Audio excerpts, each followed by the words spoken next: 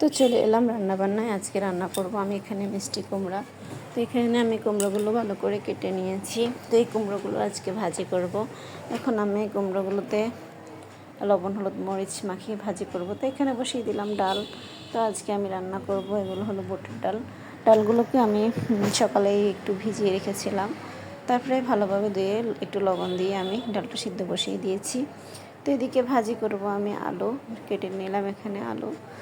তো আলু ভাজি, কুমড়ো ভাজি, সাথে ডাল। তো এই যে এখানে কিছু আলু কেটে নিয়েছি।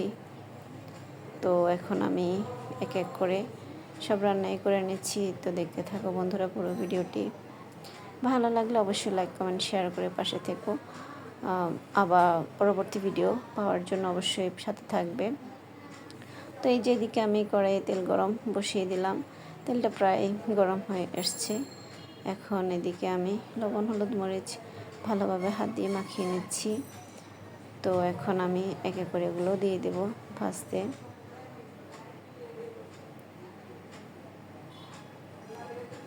তো আমার থেকে তো কুমড়ো ভাজি খেতে ভালোই লাগে, তোমাদের কাছে কেমন লাগে অবশ্যই জানিয়ে যাবে কমেন্ট বক্সে। গরম গরম ভাতের সাথে গরম গরম কুমড়ো ভাজি অনেক মজা। তো দিয়ে দিলাম এক এক করে সবগুলো কুমড়ো। তো এই কুমড়োগুলো এখন আমি ঢাকা দিয়ে ভাজি করে নেব। তো সাথে আলুগুলোতেও আমি লবণ হলুদ মরিচ সব দিয়ে হাত দিয়ে ভালোভাবে মাখিয়ে নিলাম। এভাবে আলু ভাজিটাও করে নেব।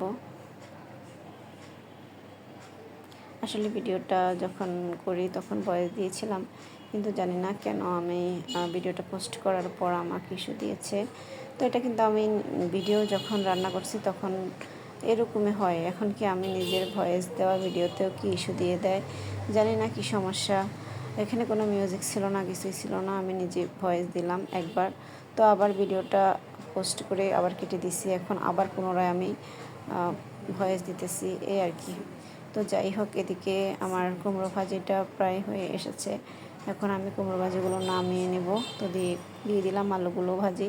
এখন এখানে কিছু কাঁচা লঙ্কা দিয়ে দিলাম ডালে। তো ডালে ফোড়ন দেব। এখন ফোড়নে দিলাম আদা বাটা, আর সাথে দিলাম নারকেল, চিকন জিরা। তো এগুলো লাল লাল করে ভাজি করে আমি ডালে ফোড়নে দিয়ে দিলাম।